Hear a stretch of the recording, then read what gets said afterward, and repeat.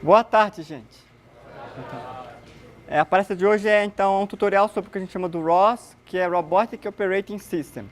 É um sistema operacional feito para robôs. De antemão, eu gostaria de agradecer o Ellison e o Fabrício que me ajudaram a fazer esse material, ok? E essa palestra de robótica é do grupo aqui do Verlab, que é um laboratório aqui do departamento. Então, nessa palestra aqui, eu vou falar sobre a definição do ROS e também o histórico dele, porque tinha um outro sistema operacional antigo aí que é chamado do Player.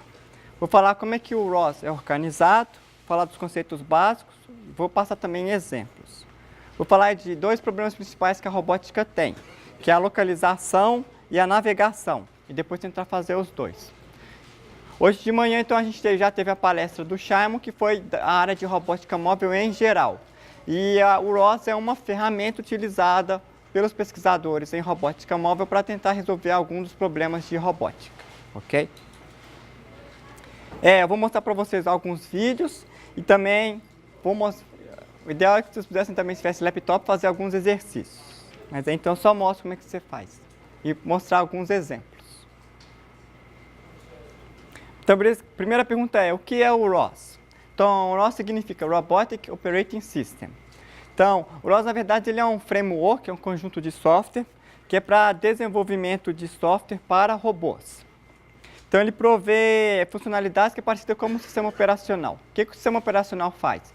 Ele provê para o desenvolvedor e o usuário um conjunto de abstrações que facilita a vida do desenvolvedor. Por exemplo, o desenvolvedor não precisa mais ficar criando sistema de arquivo, já tem lá no sistema operacional. O sistema operacional cuida aí da parte de alocação de recursos. Qual processo vai usar, qual CPU e quando. Então, isso aumenta o grau de abstração do usuário para a máquina. A ideia aqui é a mesma, é prover algum conjunto de softwares que aumenta o grau de abstração e facilite a vida do desenvolvedor de software para robôs. Ok? O ROS, no caso aqui, ele vai utilizar um sistema que vão ser vários processos e esses processos vão comunicar entre si. Que eles vão utilizar então o que a gente chama de Inter-Process Communication, usando a pilha do TCP/IP. Um lembrete aqui que o ROS e os pacotes do ROS, que é chamado de ROS Packages, eles são criações de uma empresa que chama Willow Garage, ok? O código é aberto e qualquer pessoa pode baixar o código ou modificar o código para ajudar a comunidade. O ROS, então, ele possui basicamente dois conjuntos. Um core, um núcleo que é chamado do ROS, que é o próprio sistema operacional, e também possui um conjunto de pacotes que são aplicativos desenvolvidos pelos usuários para rodar nos robôs. O ROS roda normalmente em Linux, macOS e tem um apoio parcial para Windows. Ele aceita código em C, C++, Python, Octave, Lisp. Para Java tem o ROS Java. É tipo uma modificação. Não é tão bom quanto, mas existe. A questão de hardware, também existe aí suporte para processadores com vários núcleos, aí que são os multicores. E também tem suporte, alguns algoritmos têm suporte para a parte de GPU, por exemplo, da NVIDIA. Por que disso? Porque os algoritmos em robótica são computacionalmente pesados. Então, o paralelismo ajuda. E como a gente já tem a GPU, isso ajuda também. Na parte de redes, os processos vão se comunicar e vão utilizar a pilha de protocolos TCP/IP, que é o padrão hoje em dia. Qual que é o histórico do ROS? Antigamente, a comunidade usava um outro software que é chamado de Player Stage para fazer a parte de desenvolvimento de software para robôs. E depois criaram, então, o ROS para tentar melhorar, e aí ainda passaram alguns softwares do Player e do Stage para o ROS. E desde 2008 ele também é desenvolvido pela Willow Garage. Então, antigamente, antes do ROS, existiam aí outros softwares, que tem o Player, o Stage e o Gazebo. O Player é um componente de software que provê uma poderosa e flexível interface para uma variedade de sensores e atuadores. Eu vou falar um pouco mais disso no próximo slide. A ideia é o seguinte, se você tiver um sensor, você tem que escrever o que a gente chama de um código para conseguir ler os dados do sensor, chamado de Device Driver. O próximo, uma pessoa que for desenvolver software robô, vai ter que ter o mesmo retrabalho de escrever aquele software. Então, a ideia é que você já tem bibliotecas com isso pronto para evitar retrabalho. O player, então, já possui uma abstração para você poder evitar esse retrabalho. E o código que você usa no player podia ser usado para vários robôs. Então, você pode escrever um código só e só modificar para vários robôs.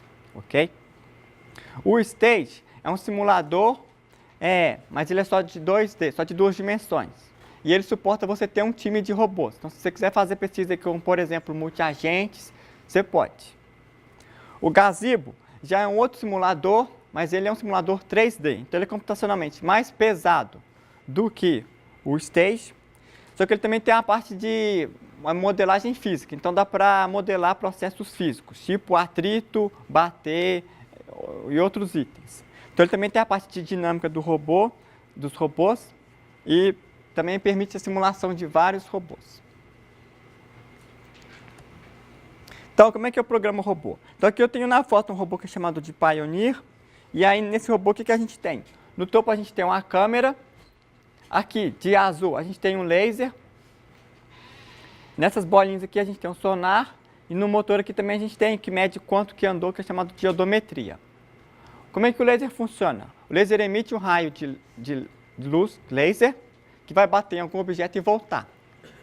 Com isso, se mede o tempo que demorou para ir e voltar, você sabe a velocidade da luz, você sabe a distância do objeto. Ok? E depois ele então emite o raio e vai percorrendo num feixe de 180 graus. Então ele consegue pegar a distância de tudo. Tem um mapa. Ok? Você pode colocar um outro laser para fazer outro mapa assim. Então a ideia básica do laser é essa. Mas, por exemplo, se eu tiver um vidro, o raio de luz vai passar. Então, se você tiver um robô só com laser, ele vai ser cego para o vidro e vai bater no vidro. O outro sensor que a gente tem é um sonar. O que o sonar faz? Ele emite uma onda sonora que também vai bater no objeto e voltar. Dado que você sabe a velocidade do som, você sabe a distância. Ok? Então, o sonar não tem o problema do vidro. Ok, gente? Só que o sonar tem uma precisão menor do que o laser. Então, o ideal é que um robô tenha vários sensores. Se só tiver um, sempre vai ter um problema que ele vai ter. O ideal é então a gente ter vários sensores e tentar combinar isso. A odometria, por exemplo, serve para você saber quanto que a roda andou. Então, você tem uma ideia de distância. Mas, infelizmente, devido ao atrito e devido quando tem você tem deslocação do robô, tem um atrito e também ele derrapa, o que ele mede não é exatamente o que foi andado. Então, esse é um problema clássico da robótica. Então, para isso, a gente precisa de outro conjunto de sensores para resolver esse problema. Finalmente, o robô também tem um conjunto de motores que você pode... São, então, atuadores que você aciona para poder locomover o robô. Então, antigamente, o usuário, para escrever um software para um robô, o que ele tinha que fazer? Ele tinha que pegar a aquisição de dados dos sensores, esses aqui, tinha que fazer um software para gerar comando para o motor, e depois que ele fazia a parte de mais alto nível de maior abstração, que, por exemplo, para planejar onde que o robô vai de um caminho ao outro. Porém, precisaria fazer isso tudo aqui. Ok? Com o player e o ROS, o que acontece? O player já provê uma biblioteca para você conseguir adquirir os dados dos sensores e a biblioteca para você ter para realizar comandos dos motores. Ok? Então, agora, o usuário só precisa focar na própria aplicação, por exemplo, se eu quiser fazer aí o planejamento de uma rota de um robô de um ponto A para um ponto B, ok? Então, a ideia é que o player e o ROS aqui ajudem então na parte de desenvolvimento de software para robôs. O player utiliza o modelo que a gente chama de cliente-servidor. Então, a ideia é o seguinte, aqui a gente tem os sensores e atuadores. Então, o SIC LMS200 é o nome de um laser, SIC PLS é o nome de outro laser, Pioneer é o nome do robô, desse slide aqui, o de vermelhinho. Então, você tem que a parte de controlar os motores deles. A gente tem um outro robô que chama Segway, não sei se vocês já viram, normalmente os seguranças ficam em cima é tipo uma moto com 2 rodas só. Aquilo lá também funciona sem o segurança em cima, ele é autônomo, chama de Segway, tá? Tem um outro robô, por exemplo, que chama Kipera. Então, para vários tipos de robôs, eles vão ter motores diferentes, a gente precisa de softwares que controlam os motores diferentes. Então, isso tudo já pode ser bibliotecas, ok? E todos eles vão prover no mais alto grau o quê? posição. Tá bom? Os sensores, então, a gente vai ter bem comandos, por exemplo, que a gente vai ter uma interface, que é no caso aqui laser, que eu quero saber a distância. Então eu posso trocar o laser, dado que eu já tenho o software para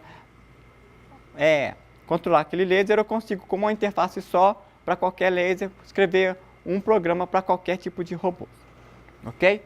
Então a gente também vai ter aqui uma biblioteca que é para o cliente, que é utilizando aí o Player ou o ROS. E aí o usuário vai escrever uma aplicação que vai utilizar essa biblioteca.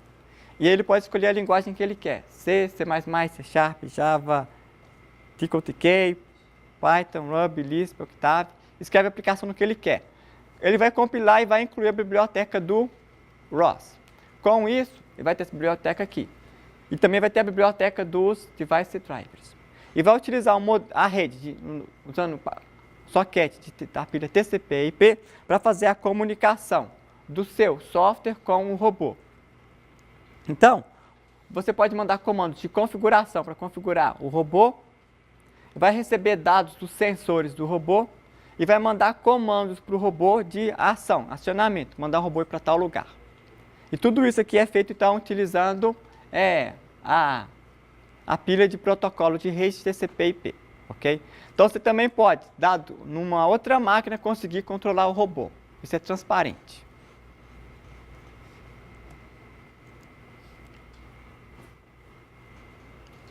Aqui a gente tem exemplo do stage, do gazebo e do player. Então, o player ele serve para você controlar o robô para ele andar, ok? Usando o mesmo software que você fez para controlar o robô, você também pode usar no simulador. É o mesmo software. Então, não vai ter diferença se você está rodando o simulador ou o robô. Isso é importante porque você ganha tempo no desenvolvimento. O mesmo código que você faz em simulação, você pode usar para experimentos. Tá bom? Não precisa fazer um software para uma coisa e depois ir lá e fazer outro software para outra coisa. Então, o mesmo software que você fez, o aplicativo, usando a biblioteca do Player ou do ROS, você pode executar no robô de verdade. Você pode jogar no simulador, por exemplo, o stage que eu falei. Aí está aqui um mapinha 2D, o robô. E você também pode usar no Gazebo, que é o simulador 3D. Então, isso também facilita o processo de desenvolvimento. Por quê? Porque ao invés de você ficar tentando fazer experimentos, você pode fazer a simulação e testar mais casos para verificar se o seu software está funcionando ou não. Ok? Então, como é que é feita aí a comunicação, então? Então, a gente tem a biblioteca que o Player ROS fornece, o usuário vai e escreve o código para ele utilizando essa biblioteca. A gente vai rodar um servidor do Player ROS no robô, ok? Já tem um software para isso. E aí, o seu aplicativo, que vai ser um cliente, vai comunicar com o servidor do Player ROS que está rodando no hardware do robô, ok? E aqui vai ter então uma rede, pode ser até sem fim. Então você pode, de um laptop, controlar remotamente um robô. Pode colocar o laptop no robô também. Pode colocar o cérebro, por exemplo, na nuvem. Tá? E aqui a comunicação é feita, então, pode ser até sem fio.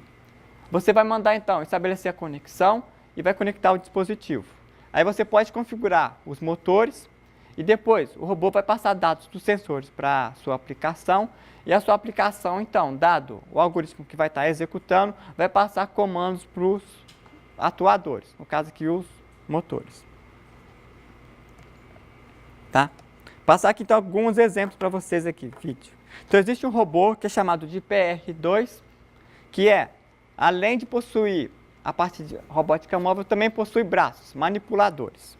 Então, no primeiro vídeo aqui, gente, o robô vai jogar sinuca. Então, quem aí fica aí no DA há muito tempo, é bom de sinuca 1, 2, 3? Vamos ver se vocês ganham do robô. Então, o robô tem um sistema de visão, tem câmera, sistema de visão, para decidir, então, o que ele vai fazer. E aí ele possui 2 manipuladores para jogar sinuca.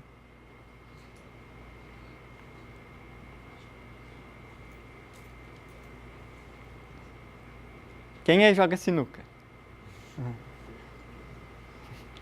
Bastante gente. Então aqui na tela mostra o que o robô está vendo e pensando.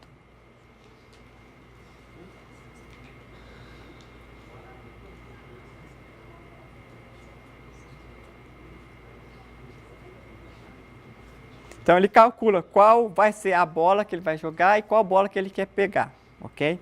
E depois ele vai e faz a parte do movimento.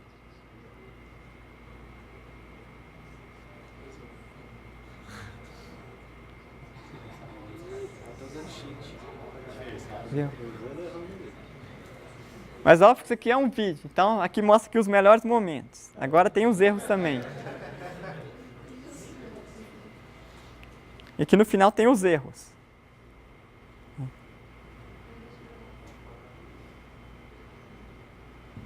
Aqui. Olha lá, humano aí.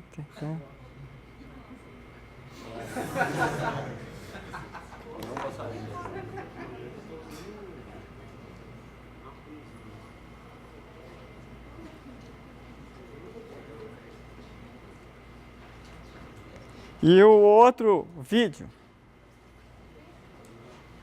é um problema clássico da robótica. O pessoal fala que o problema clássico da robótica é a gente precisa de robôs para trazer cerveja para a gente. Certo? Então aqui é o seguinte, o usuário vai escolher qual refrigerante ou cerveja que ele quer tomar, ele escolhe aqui na interface qual que ele quer. O PR2 vai lá na cerveja e vai buscar a cerveja que ele quer.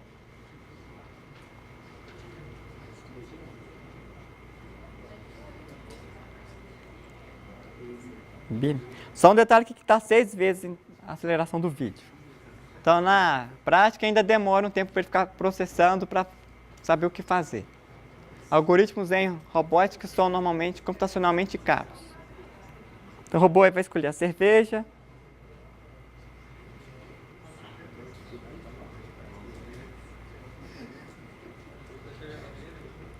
Ele vai fechar a geladeira, claro, né? Aí ele tem que se locomover no ambiente e entrega a cerveja.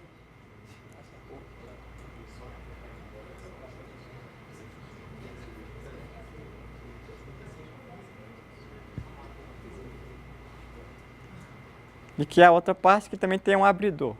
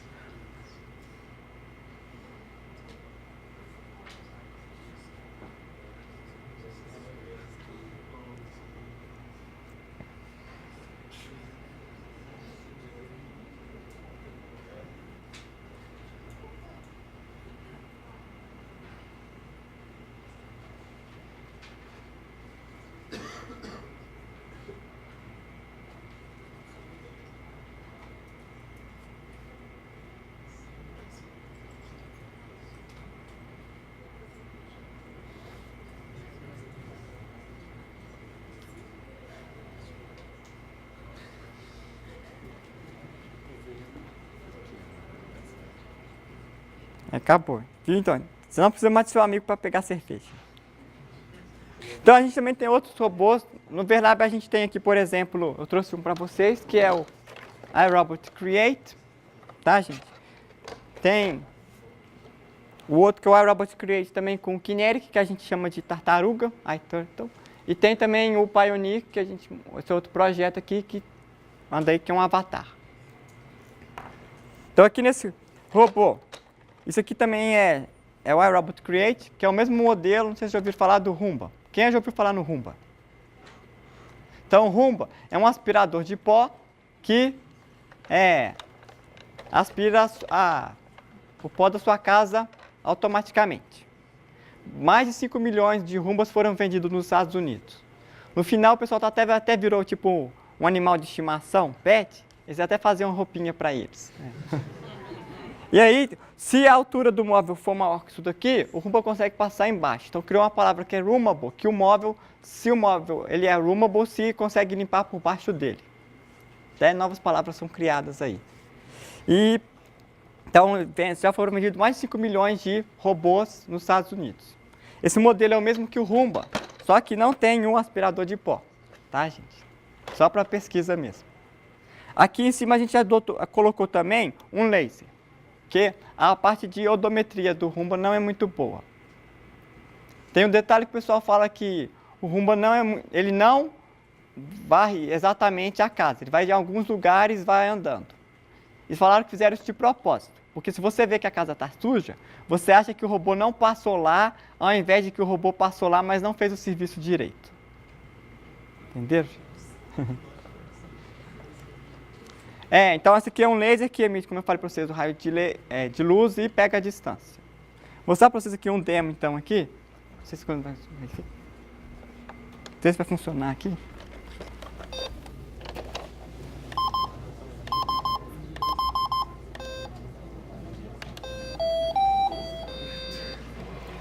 Então aqui, gente, para quem quiser ver, o robô vai fazer 8, vai fazer o símbolo do infinito.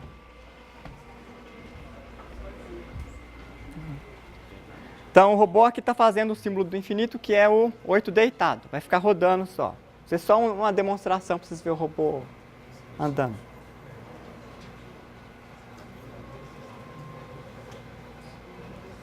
Então o robô já vem com alguns demos nele.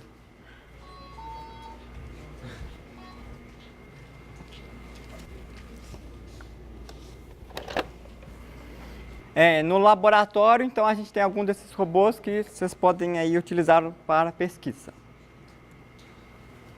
Voltando então aí, eu estava falando então do ROS e falei um pouco do que veio antes, que era o Player. O Player, então, é o precursor do ROS e ele foi projetado para ser simples e ele não incluía, então era tipo esse robô, não incluía a parte de manipuladores como o PR2. Já o ROS foi projetado para incluir também essa parte de manipulação.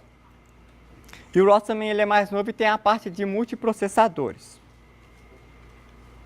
E agora o ROS também tem a parte de algoritmos de visão, tem outros algoritmos. Então o ROS está mais atualizado do que o Player. Só dar um histórico para vocês. Né? E por que a gente utiliza o ROS? Por que a gente utiliza um framework?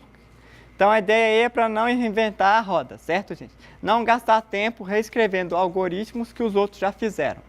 Okay? E com isso a comunidade consegue contribuir para ela mesma e facilitar então o desenvolvimento de software para robôs. Então sobre o ROS agora. O ROS você pode instalar ele aí, por exemplo, você vai na página do ROS, que é www.ros.org, e aí tem a página do Wiki, e você pode usar vários sistemas operacionais, como eu falei. Ubuntu, Linux, aí você tem aí Ubuntu, OpenSUSE, Gentoo. Tem a parte para Windows, mas não é completa, e tem também para macOS. Aí você tem que instalar o software e depois tem que setar o caminho da variável. Para o caminho você saber como é que você chega na variável. Variável path, tá, gente? Aí ele vai vir, ele utiliza um sistema de arquivo, e no qual a gente tem dois tipos. Tem o package, que é um pacote, que vão ser, são diretórios.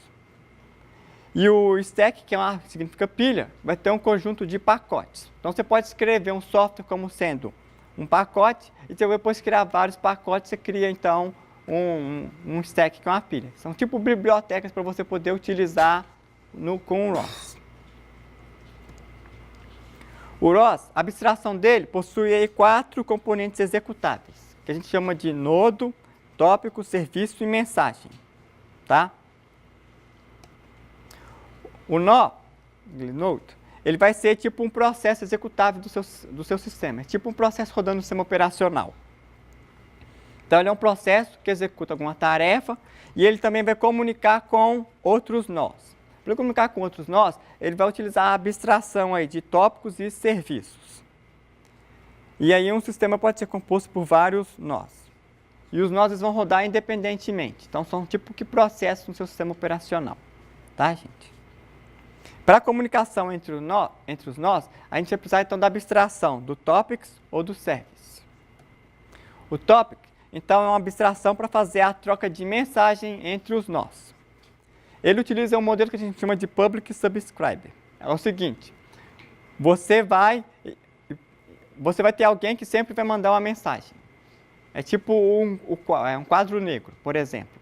E aí quem tiver interesse, vai lá no quadro negro e lê, por exemplo, quais são os serviços ofertados. Então seria você vai lá no quadro negro, você faz o subscribe, você se inscreve para receber eventos do quadro negro. Então esse é um modelo que a gente tem de rede para fazer transmissão que a gente chama de um para muitos. Dado que uma pessoa tem o dado do sensor, ela pode distribuir essa função para vários outros nós. Então seria tipo um Twitter, né? Isso falar no linguagem de vocês. Então existe um Twitter que dá os dados dos sensores, quem quiser vai dar um follow naquele Twitter, certo? Esse é o modelo Public Subscriber. Então o Twitter é um modelo Public Subscriber, tá, gente? Esse modelo, então, ele é assíncrono, não tem questão de tempo, e ele também não tem confirmação.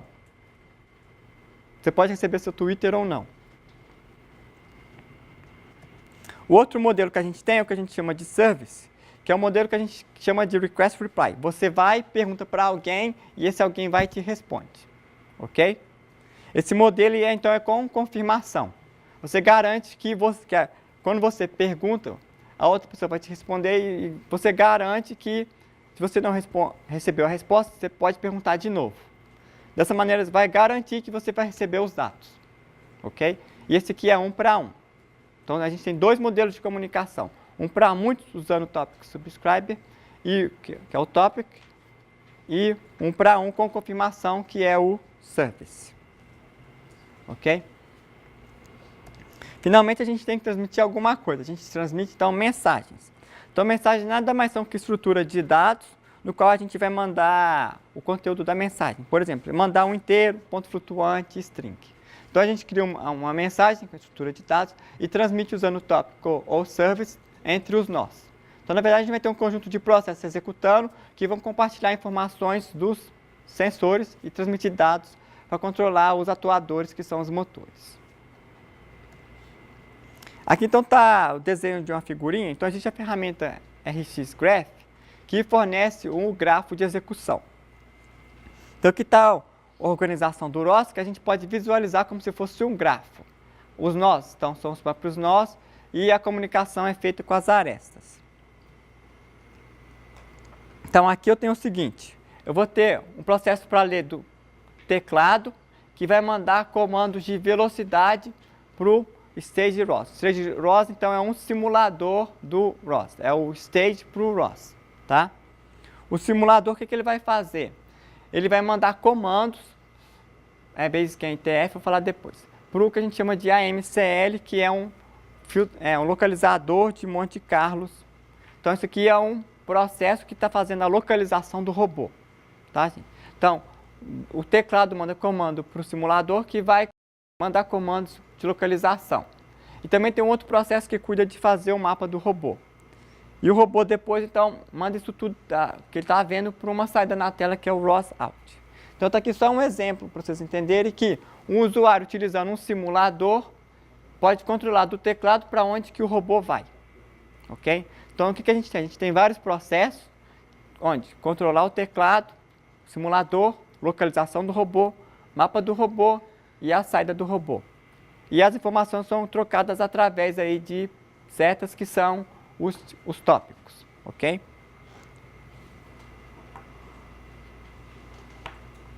O ROS, para você executar, ele possui um servidor central, que a gente chama de master. Na verdade, não é só um servidor. Então, o RAW Master é um processo que roda e ele que vai garantir que quando você criar outros processos, esses processos podem se comunicar entre si, tá? Então, toda vez que você cria um processo, que é um nó, ele vai comunicar com o RAW Master para saber quem tem a informação que você quer.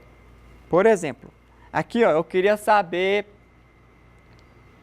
o filtro de partícula precisa receber transformadas para saber aonde, para poder se localizar. Então, quando é criado o filtro de partícula, primeiro vai no ROS Master para pegar essa ligação aqui ser feita, ok? Isso só vai explicar o funcionamento interno dele. E aí depois as mensagens vão ser trocadas diretamente entre os nós, ok? Não precisa mais do ROS Master. O ROS Master é só para inicialização. O ROS também possui um conjunto de comandos que é tipo como se fosse um sistema de arquivo. Então, a gente tem aí o ROS pack, que é para inspecionar os pacotes. E o ROS stack, como que eu falei, é um conjunto de pacotes para você poder, por exemplo, inspecionar a pilha de algoritmos. E aí os outros comandos são bem parecidos com o que tem do Linux. Por exemplo, o ROS CD é só mesmo o CD de Change Directory. Então serve para você mudar o diretório que você está. O ROS LS é igual ao LS do Linux, serve para você listar o conteúdo do seu diretório. O ROS Create Package, ele vai criar pacotes. O Create Stack vai criar a pilha. O ROS Deep é um pacote para você instalar a dependência de um pacote. A gente tem o ROS Make, que é igual ao Make que a gente tem no Linux, para a gente poder compilar pacotes do ROS. O ROS WTF, alguém sabe o que é WTF? É what the fuck? Serve para a parte de depuração, para você saber o que está acontecendo. What the hell is going on, não é isso? Então aí ele serve para depurar e mostrar avisos do ROS. Tá? O RX é para a parte de visualização. Então, ROS é a parte do ROS e RX é a parte de visualização. Ele serve para mostrar a estrutura e dependências de um pacote. Então, agora eu só estou listando alguns comandos, depois eu vou passar alguns exemplos para vocês, tá, gente? O ROS Core é o primeiro comando que a gente executa que serve para você inicializar o ROS Master. Então, ele que inicializa aí o ROS. Então, a primeira coisa que você faz é instalar o ROS, depois você executa um ROS Core. O ROS Messages é um comando para a gente conseguir verificar quais são as mensagens que estão sendo transmitidas. O ROS Run é um comando que serve para você executar o nó. Seria tipo um fork, né? No Linux é para você criar um processo, tá, gente? O ROS Node é a ferramenta para mostrar os dados do nó para depuração. O ROS Launch é o seguinte, em vez de você ter toda hora aqui lá na mão e digitar ROS Run, ROS Run, ROS Run, ROS Run, você pode criar um script, que é em XML, para fazer um conjunto de comandos. E depois você usa o ROS Launch, que vai executar esse script para fazer um conjunto de operações, ok? O ROS Tópico serve para você depurar as mensagens que estão aparecendo no tópico. O ROS Param. Ele serve para você também verificar os parâmetros do comando. O ROS Service serve para você então depurar o serviço. Igual tem o ROS Node, ROS Topic e o outro ROS Service serve para os comandos do serviço. E finalmente a gente tem aqui o ROS Bag, que é para a parte de log. Então, você consegue, dado um experimento, gravar o log de tudo que aconteceu e depois você pode replicar o experimento. Você pode pegar o experimento que você fez e simular o experimento, exatamente o experimento sem precisar mexer com o robô, só com os dados do log. Ok? Usando o ROS Pack.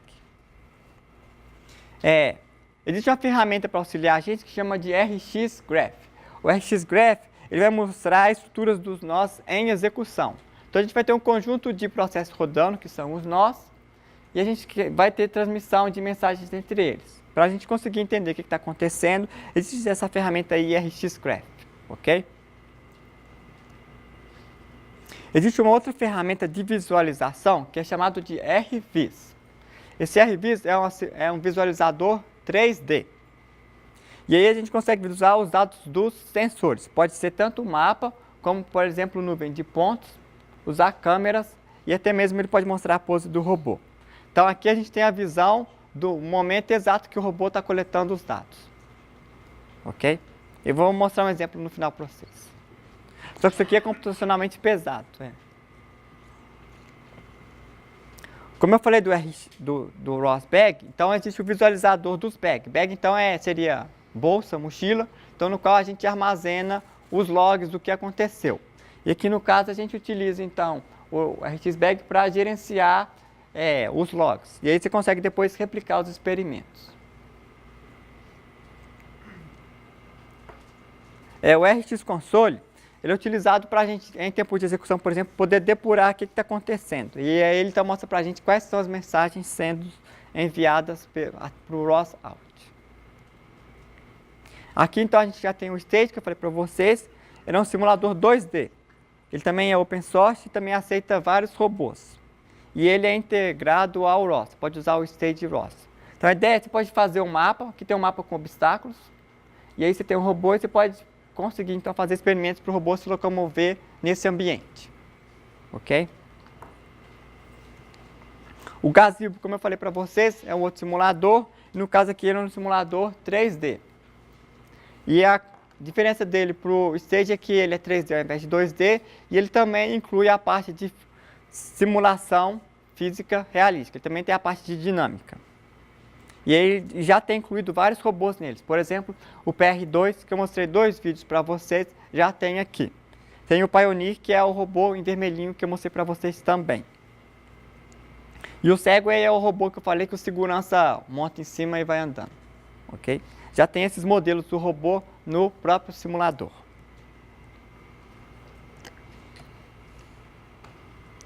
Na robótica, a gente tem basicamente 2 problemas principais.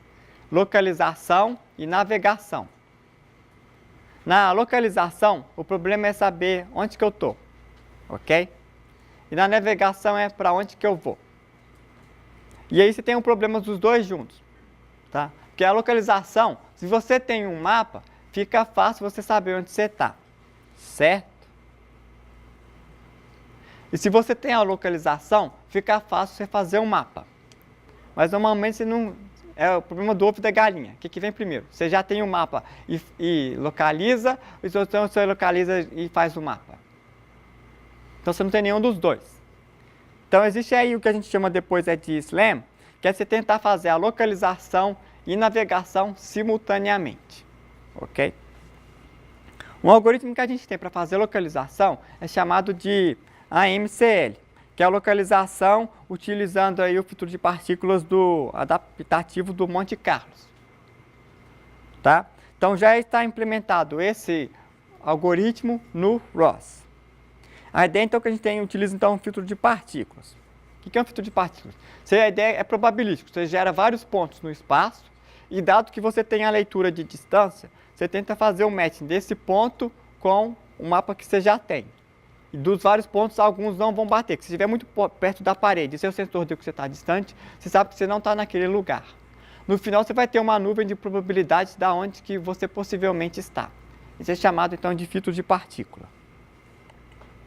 Então, a localização aí, no caso, vai utilizar já um mapa que já existe, os dados de odometria, ou seja, quanto que o motor já andou, e também leituras do laser ou de outros sensores, por exemplo, o sonar. E utiliza aí, então, o filtro de partículas, que nada mais é que uma distribuição probabilística para saber a localização do robô. Na parte de navegação, a ideia, então, é que é você tentar localizar e depois tentar planejar como é que você chega naquele lugar. Para isso, então, já existem aí alguns algoritmos, por exemplo, o MoveBase, que é um módulo do ROS para permitir você fazer a navegação. Você tem tanto a navegação local, que é só o que você consegue localizar, e tem a navegação global, que você vai ter que ter uma estrutura do ambiente. Então, por exemplo, aqui nessa figura, se eu tiver uma localização local, eu posso não saber, se eu quiser chegar aqui, eu posso não saber que tinha esse objeto. Então, localmente, eu poderia querer vir para cá para chegar lá, certo? Vai ter um mínimo local. Então, só depois que eu encontrar com essa parede que eu vou saber que eu tenho que dar a volta aqui para chegar do lado de cá. Então, a navegação envolve essas questões. E, como eu falei para vocês, existem os 2 casos que é o chamado de SLAM. É quando você quer fazer simultaneamente a localização e o mapa do ambiente, que é o caso mais realístico. Você está num lugar que você nunca foi, você precisa aprender a se locomover nele. Então, você precisa construir um mapa e também saber onde você está no mapa. Então, esse problema é chamado de SLAM. No ROS já existem 2 pacotes para isso, que é chamado de GMapping e o CART.